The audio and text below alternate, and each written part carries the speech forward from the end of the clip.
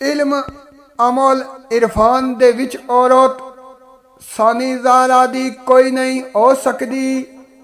सबर शुक्र मकाम रजा उत्ते कोई नहीं इस तरह और खलो सकती। लगातार लाके जड़ी अंजवान दी दबे उम्मत दे कोई नहीं दो सकती।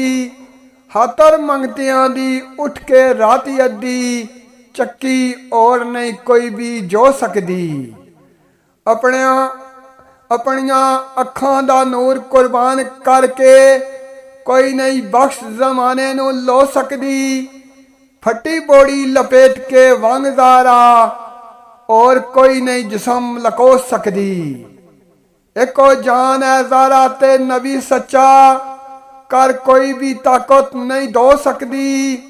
उम्मत वास्ते वार औलाद साइम बुए दोज़ख दे कोई नहीं डो सकती।